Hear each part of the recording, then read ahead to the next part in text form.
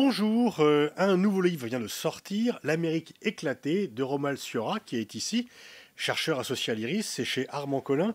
Alors Romuald, au moment où Trump arrive au pouvoir, tout le monde parle de la puissance américaine. Toi, dans ton livre, tu pointes plutôt des faiblesses. C'est un peu à contre-courant.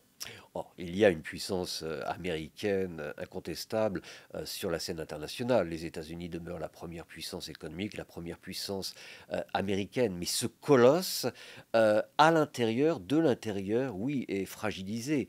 Son État fédéral, puisque les États-Unis sont une fédération, son État fédéral est entré en déliquescence, et cela depuis déjà quelques décennies. Le processus est assez avancé.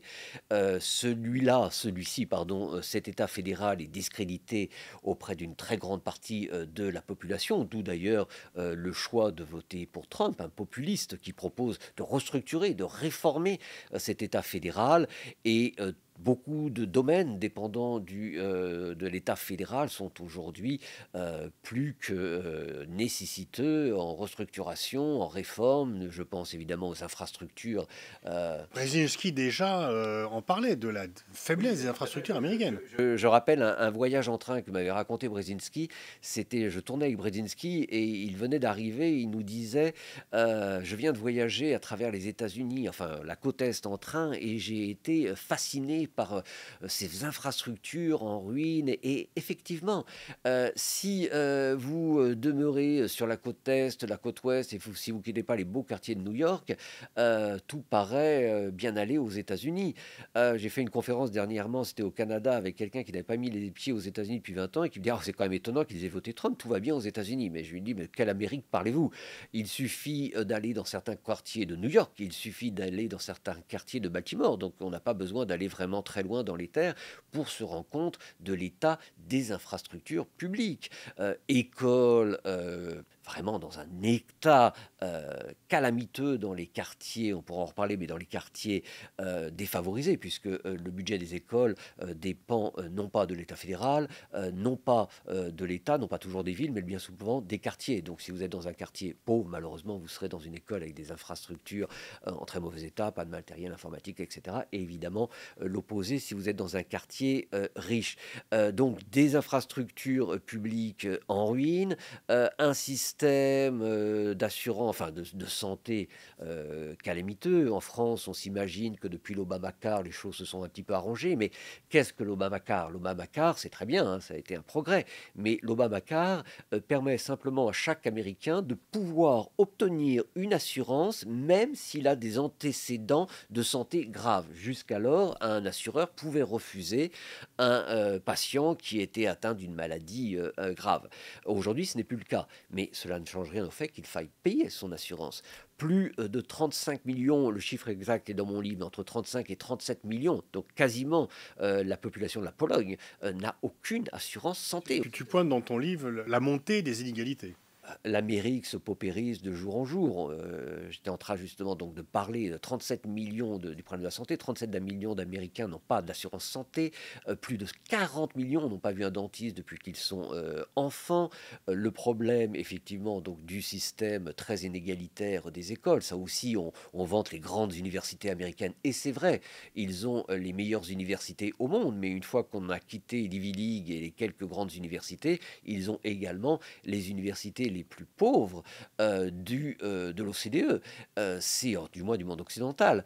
L'éducation, qu'elle concerne le primaire, le collège, le lycée ou le supérieur, est dans un état désastreux. Le logement, l'emploi, même chose. On se gargarise des bons chiffres de l'emploi. On entend à chaque fois dans les médias en France: formidable, l'emploi explose aux États-Unis, etc. C'est vrai, mais de quel emploi parlons-nous? Il faut voir les choses telles qu'elles sont.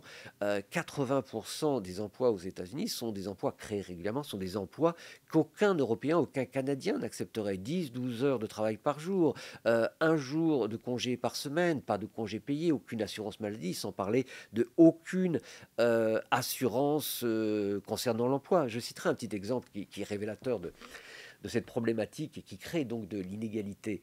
Vous en avez entendu parler, durant la campagne, Trump a rencontré une serveuse qui se plaignait de devoir payer des taxes sur les pourboires. Aux États-Unis, les serveurs sont essentiellement payés au pourboire. Alors quand vous travaillez dans un grand restaurant new-yorkais, vous pouvez vous faire un bon salaire. Mais quand vous travaillez dans un petit diner perdu au fin fond du Nevada, croyez-moi, les salaires ne sont pas mirobolants. Bref, donc c'est vrai, un petit peu dommage de taxer ces salaires. Donc Trump a proposé, et ça lui a fait gagner des points.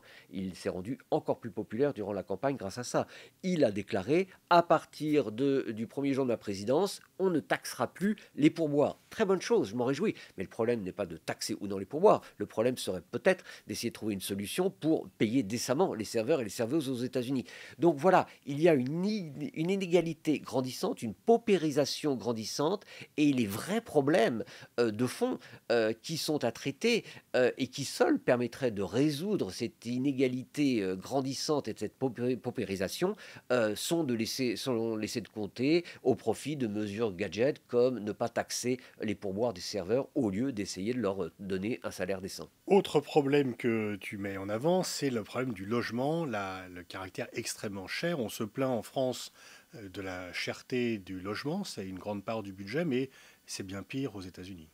Oui, il n'y a guère de régulation quant au logement. Les États-Unis, de toute façon, les Américains sont réfractaires à toute régulation. On le voit aujourd'hui avec les géants de la tech qui soutiennent Trump pour abolir toute forme de régulation concernant leur industrie.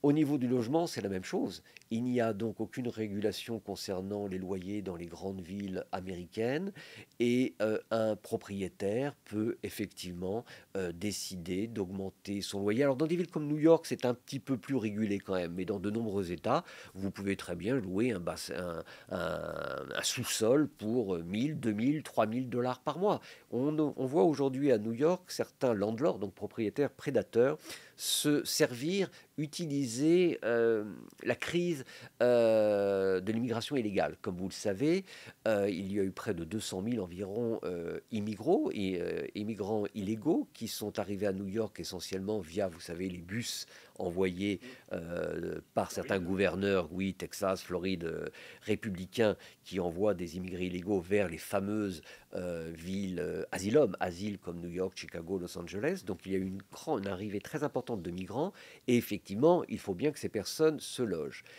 Des propriétaires peu scrupuleux qui, par exemple, louaient un appartement à 3000 dollars, se sont dit bah, quelle bonne affaire. Et ils louent maintenant des appartements, je ne plaisante pas, 6, 7, 8000 dollars à des familles d'immigrants illégaux qui ont déjà très peu de moyens, qui donc travaillent comme ils le peuvent pour subvenir à leurs besoins et qui vivent à 2, 3 familles, j'entends grands-parents, parfois parents, enfants, petits-enfants même, dans le même appartement. Donc cela crée une tension évidemment avec les New-Yorkais qui ont déjà un grand mal à trouver un logement puisque pour se loger, vous ne pouvez pas trouver un one bedroom, c'est-à-dire un appartement de pièces à moins de 3000 dollars à New York, 4500 à Manhattan et 6000 si vous souhaitez avoir un 3 pièces au cas où vous auriez des enfants. Donc cela crée une tension avec des personnes qui a priori n'ont rien contre l'immigration illégale et qui seraient même prêts, car New York est une ville progressiste, à accueillir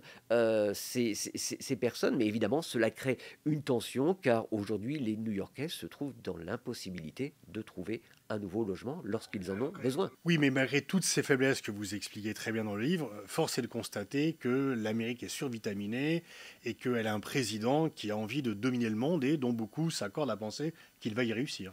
Oui, bien évidemment, les États-Unis sont certes fragilisés à l'intérieur, polarisés comme ils ne l'ont jamais été depuis la guerre de sécession, mais à l'extérieur, ils demeurent, comme on le disait, comme je le disais, la première puissance économique, la première puissance militaire. Oui, un président très dynamique, mais n'oublions pas quand même que l'Amérique, les États-Unis ont commencé à perdre de leur influence sur la scène internationale. Ils demeurent l'acteur majeur, incontournable, certes, mais les guerres des années 2000, le fait que Barack Obama n'ait pas respecté lors de l'affaire syrienne la ligne rouge qu'il avait lui-même tracée et qui a donc démontré que les États-Unis pouvaient ne pas tenir leurs paroles, ne pouvaient pas aller jusqu'au bout de leurs menaces, ce qui a d'ailleurs ouvert les portes de la Syrie à la Russie à l'époque, ont fait perdre à Washington une grande partie de son influence. La politique de Donald Trump n'a pas non plus vraiment contribué à restaurer la confiance entre l'Amérique et ses alliés, et la politique de Joe Biden au niveau international est quand même peut parler quand même d'un échec majeur qui a commencé avec la débâcle de Kaboul en août 21. Alors certes, c'est pas lui qui avait traité avec les talibans, mais c'est quand même lui qui a géré ce retrait qui aurait pu se passer autrement. On a quand même vu les troupes américaines s'enfuir devant des gars pédalant conduisant des mobylettes armés de quelques kalachnikovs soviétiques. Ensuite, le conflit ukrainien qui du début jusqu'à aujourd'hui, j'allais dire la fin, a quand même été très mal géré. Biden, dès le départ, a fait savoir qu'il n'enverrait pas de troupes au sol. Ensuite, il a refusé un corridor humanitaire. Ensuite, lorsque Zelensky, en septembre 2022, avait marqué quelques points, c'était le bon moment pour traiter. Jamais l'Ukraine ne pouvait gagner cette guerre. Enfin, tout observateur sérieux, je sais très bien que vous avez été l'un des premiers à le dire, ne pouvait gagner cette guerre face à la Russie sans une aide de troupes occidentale au sol, ce qui aurait été d'ailleurs de la folie. Hein. Mais bref, donc Zelensky aurait dû traiter à l'automne 22, Biden et Boris Johnson l'ont poussé à continuer, etc. etc. Aujourd'hui, on sait que l'Ukraine a perdu la guerre, qu'elle va devoir aller à la table des négociations dans une position très défavorable. C'est un échec pour Joe Biden. Et maintenant, on pourrait également parler de Gaza. Quel échec pour la politique américaine. Pendant plus d'un an, on a vu le président des États-Unis, la première puissance mondiale, un pays sans lequel Israël ne pourrait se défendre, littéralement supplier Benjamin Netanyahou d'ouvrir un corridor humanitaire, d'accepter une trêve, etc. Un corridor humanitaire, cela lui a été refusé. Le président américain était obligé de dépenser des millions de dollars pour construire un port artificiel, car son allié, qui sans lui ne pourrait survivre dans cette région du monde, lui refusait ce corridor humanitaire. Quel échec pour Joe Biden. Donc, les États-Unis ont perdu énormément de leur crédit. Est-ce que Trump pourra le restaurer? J'en doute. Ce qui est certain, c'est que, haussant la voix, faisant des menaces tout azimut, on écoute sans doute un peu plus l'Amérique, mais je pense que l'on va continuer à s'en méfier un peu plus et que des alliés comme le Canada, d'ailleurs, pourraient se tourner un peu plus vers l'Europe et la Grande-Bretagne que vers les États-Unis. Merci Romuald Surin. Je renvoie à la lecture de ton livre L'Amérique éclatée qui vient de paraître aux éditions Armand Collin. Merci.